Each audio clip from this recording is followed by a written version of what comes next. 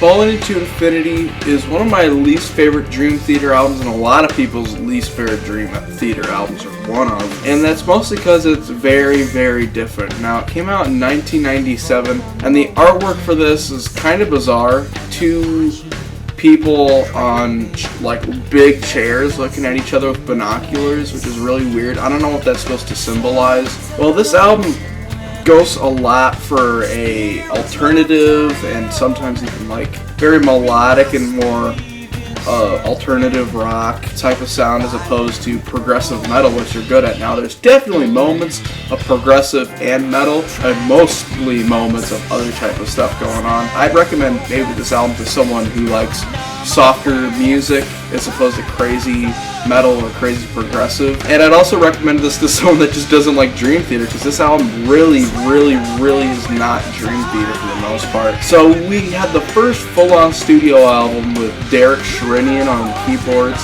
My least favorite Dream Theater member. He just doesn't add much except for backing vocals on one song. It's like about the only memorable thing he does in this whole album. So we start with the song New Millennium. It's just like right off the bat, nothing special. It kind of has an interesting progressive vibe going on at the beginning. It is kind of a longer song, but then it just stops dead in its tracks with like a Alice in Chains kind of sound that sounds really weird. But there is some cool stuff later in the song and some nice time changes.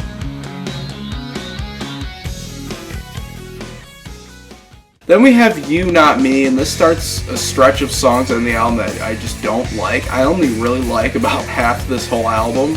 And with You Not Me, what's interesting is they originally had a lot of leftover songs for this album. They're actually going to make Falling Into Infinity a double album. So they cut out a bunch of songs and changed a lot of ideas. In fact, it was so long and stuff, they actually had about like almost 5 songs cut out, I think even 6. And one of them was a 20-minute suite known as Metropolis Part 2 Scenes from a Memory. A lot of those ideas are actually scrapped and never reused, except for that one song I mentioned. But with songs like You Not Me, they actually originally had a different chorus. It was originally more kind of groovy and more metal, but now it just sounds butchered. It sounds like a really weird, forced alternative song in the chorus. They actually had the producer come in and write it. It just sounds really forced and not Dream Theater at all.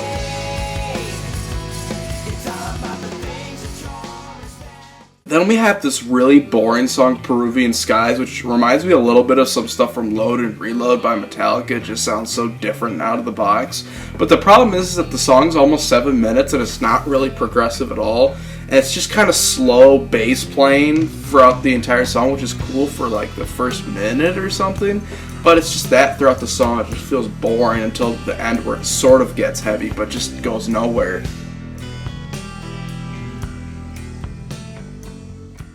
Then we have Hollow Years. This song had like a music video.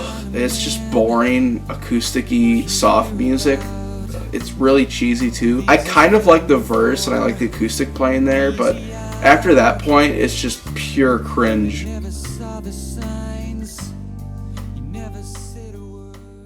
Now we finally get to something interesting. Burning My Soul. I actually really love the song, and another interesting fact is that during the Falling Into Infinity demo sessions, this song and the next track, Hell's Kitchen, were actually one like 8-minute song that was really badass, and I prefer it that way. I don't know why they had to separate it. Probably because the record company was like, ooh, we need you to separate all this shit. What's funny is with the record company, they actually had forced them to pick certain songs to this album, like the lighter of the songs, to leave out the more proggy, heavy stuff. With Burning My Soul, it's actually, now that it's cut down, it's cool, it's short, it's heavy to the point. The riffs in there are actually really good and catchy. James's gruff singing actually works here, and I especially love that chorus with the really crazy guitar playing, and I love the weird vocal effects about burning my soul.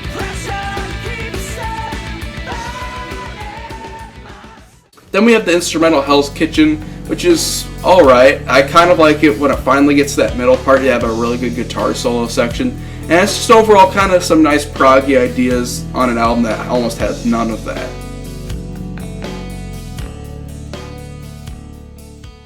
Then we have my favorites on the album, Lines in the Sand. It has a really long, drawn-out intro for no reason, then finally gets into it with some really great heavy riffs that are incredibly bluesy. James gives a great vocal performance. And they actually have Derek Sherinian do some really bluesy backing vocals. And there's even like a really awesome solo section, and Derek Sherinian actually does do some decent keyboard soloing here, along with John's amazing guitar solo skills.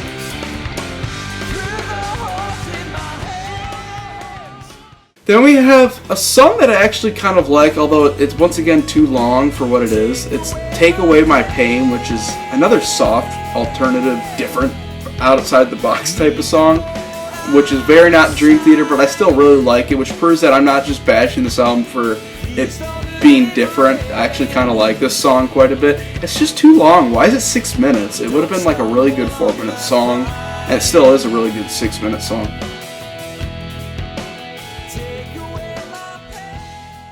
Then we have a song that I just do not get at all, Just Let Me Breathe, which is funny because this song is trying to be more proggy and more heavy and more rockin' and cool, but it just feels really weird. I think this is about like scandals and stuff like that get people famous, like the Kurt Cobain fiasco and stuff like that. And they even mention Kurt Cobain in the song and how like sales go through the roof and stuff like that. It's really weird. But what pisses me off about this song is that like the build up to the chorus is just literally the part from the Bohemian Rhapsody song where it gets really heavy. It just has nothing interesting to offer. It's honestly just a really bizarre filler song.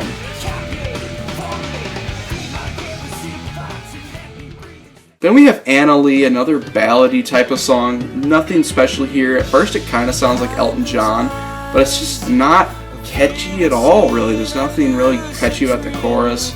It's just kind of nice, but it's just boring.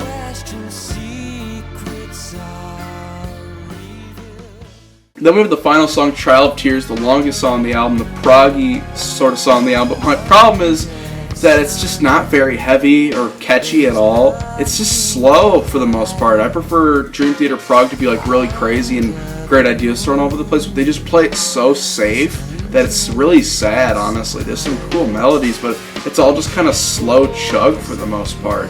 And I believe it's a suite because it has like 3 sections and like different cities and stuff like that.